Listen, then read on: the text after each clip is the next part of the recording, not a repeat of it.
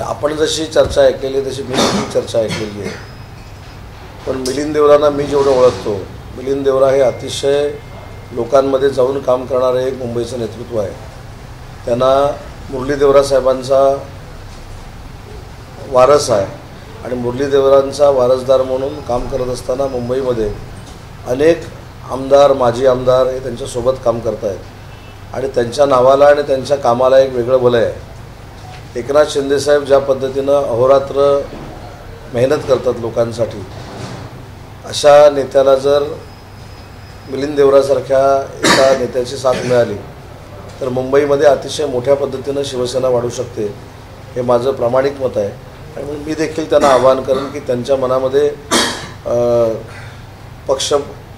पक्षामध्ये यायचं जर चालू असेल तर त्यांनी शिंदेसाहेबांचं नेतृत्व स्वीकारून वंदनीय बाळासाहेबांचा विचार पुढे नेण्यासाठी शिवसेनेमध्ये प्रवेश करावा.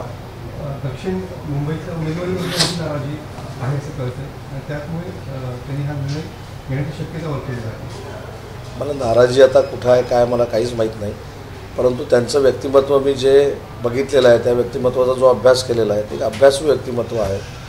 ते ज्यावेळी खासदार होते त्यावेळी अतिशय चांगल्या पद्धतीनं त्यांनी संसदेमध्ये मुंबईचे प्रश्न मांडलेले आहेत. आणि मी जसं सांगितलं की माझी केंद्रीय मंत्री मुरली देवरा साहेबांचा त्यांना आशीर्वाद आहे आणि असा चेहरा जर मुंबईमध्ये आम्हाला मिळाला एक सहकारी म्हणून तर शिवसेनेची ताकद फार मोठ्या पद्धतीनं वाढेल आणि मुंबईमध्ये आम्हाला देखील एक चांगला चेहरा मिळेल.